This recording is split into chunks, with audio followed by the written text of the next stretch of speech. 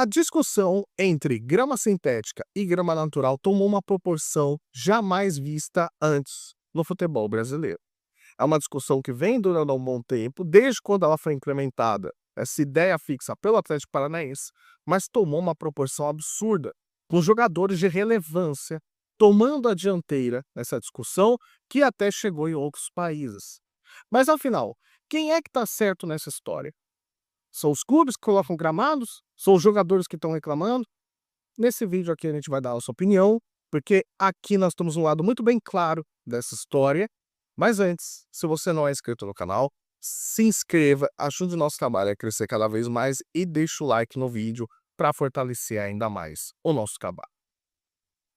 Essa discussão não é de hoje, tá? Só um fato. Isso foi desde quando o Atlético Paranaense foi o primeiro time aqui no Brasil que colocou a grama artificial lá na Liga Arena. Aí ficou conhecido como no tapetinho, né, no sintético eu me garanto, porque o rendimento do Atlético Paranaense jogando em casa e jogando fora era completamente diferente. E aí você tem um outro movimento acontecendo, que é clubes adotando o gramado sintético por conta das péssimas condições que poderiam oferecer no gramado natural e principalmente por seus estádios garantirem shows. E como são estados que movimentam muito, que sempre tem shows e sempre procura, optaram por colocar o gramado sintético para conseguir manter a qualidade, tanto em receber shows quanto em receber o jogo de futebol, como no caso do Allianz Parque. O Allianz Parque ele recebe muito show, e aí por isso o Palmeiras optou por colocar o gramado sintético. Tudo isso sendo utilizado como base a própria chancela da FIFA e a própria UEFA também, que permite gramados sintéticos nos seus jogos. São, não é algo completamente fora de estudos, completamente fora de chancela. A FIFA permite ter gramados sintéticos nos estádios. E aí você tem uma contrapartida. Desde um bom tempo você já tem jogadores reclamando. Só que a proporção que isso tomou agora, capitaneados por jogadores como Neymar, Gabigol, Thiago Silva, Lucas Moura, Oscar, Alan Patrick, o próprio Felipe Melo também, gente que atua ali no dia a dia e que vê a diferença, acabou se posicionando. E aí a gente precisa separar em duas coisas. Primeiro, o interesse comercial de se manter isso, que a gente acabou falando, sobre como os clubes eles atuam para isso e como os clubes eles veem como uma oportunidade tanto de fazer a sua manutenção no jogo de futebol, quanto receber eventos. Porque pensa, o estádio do Palmeiras, que é o lugar onde mais recebe shows no Brasil e um dos maiores lugares que recebe shows no mundo. Da forma como mantinha a sua grama, né, no caso natural, era extremamente prejudicado. Tinha que mudar jogos para Barueri ou para outros estádios, como por exemplo o Morumbi, para conseguir mandar seus jogos por conta da péssima condição do gramado que ficava depois dos shows. E aí o Palmeiras passou a adotar o gramado sintético.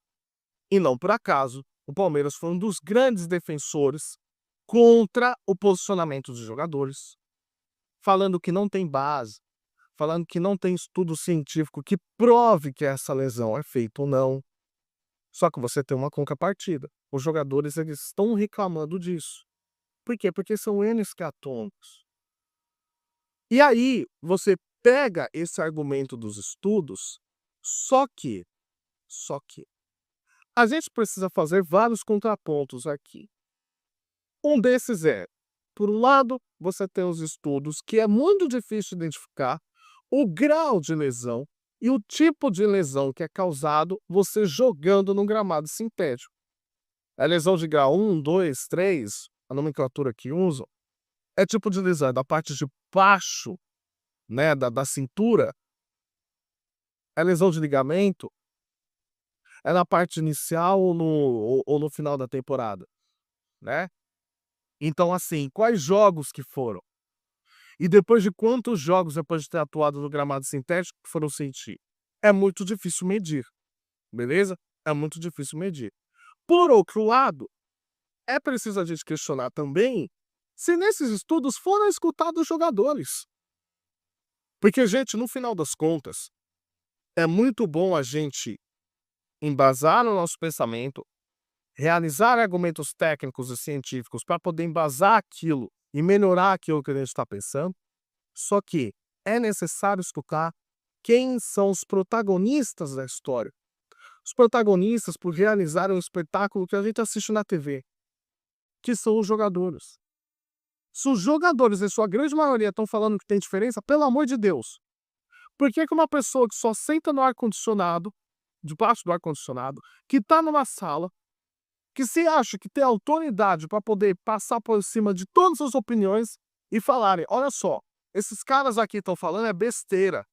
Eu estudei, eu sei aquilo que eu estou falando, e com isso vocês vão jogar daqui. Por que que os estudos não são realizados com jogadores de futebol tendo sua opinião? Por que que não vale a opinião de quem é o agente que protagoniza isso? Por que que é só a sua opinião ou o seu estudo, a sua métrica, sendo que você não atua naquilo? É muito complicado. É muito complicado. Porque você pega diversas opiniões que foram soltadas de ontem para hoje e você vê que tem muito argumento contra, e com razão.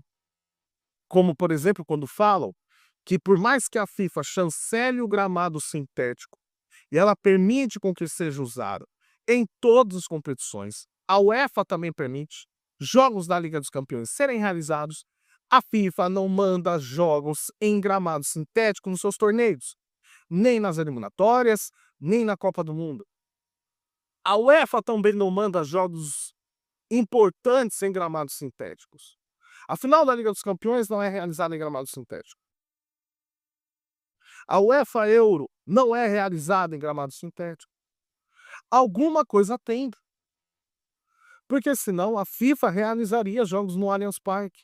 Ela não realiza. O Brasil não manda jogos no Allianz Parque. Não tem jogos na Liga Arena.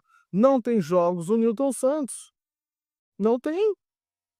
Então, por mais que seja aprovado e é verdade, vale sim se fazer o questionamento por que que a entidade maior, ou as duas grandes, no caso, sendo a UEFA e a FIFA, por que que essas entidades não mandam jogos importantes em gramados sintéticos?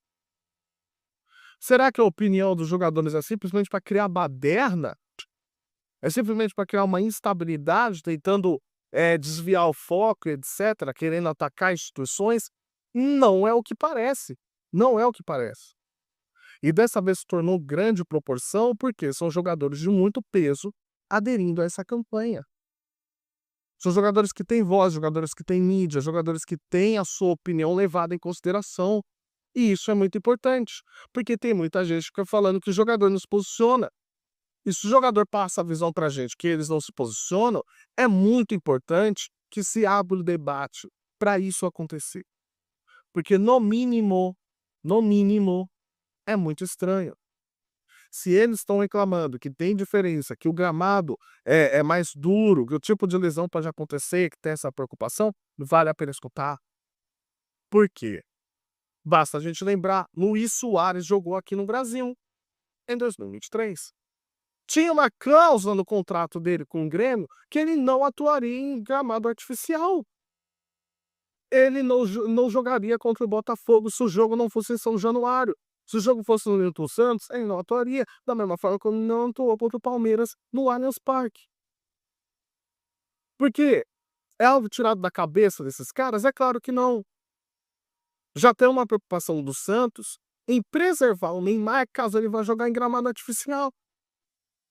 O risco de lesão pode acontecer. Por mais que não exista um estudo científico que crave que a lesão é realizada por conta de gramado artificial, vale a pena escutar o jogador de futebol, sim, porque é ele quem atua.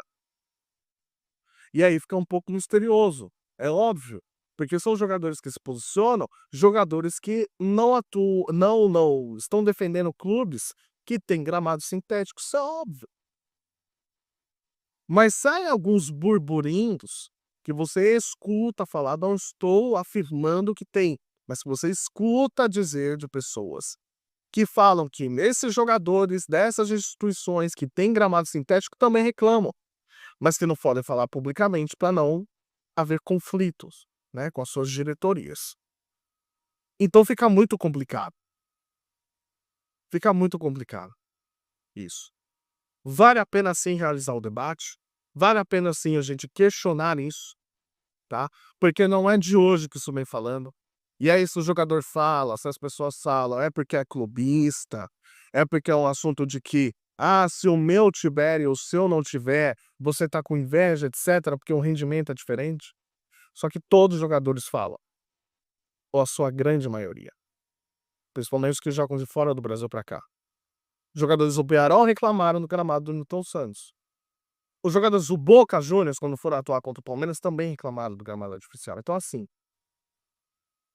por mais que tenha, ou por mais que seja regularizado pela FIFA, pela UEFA, por que que eles não mandam? Essa é a grande pergunta que a gente tem que fazer. Não apenas ficar no campo político, mas abrir o debate para que haja discussões e soluções que prezem a saúde física do jogador, porque é ele quem é o agente principal do futebol. Eu quero saber o que que você acha. Quem você acha que está certo nessa história e por quê? Deixe nos comentários, não esqueça de se inscrever no canal.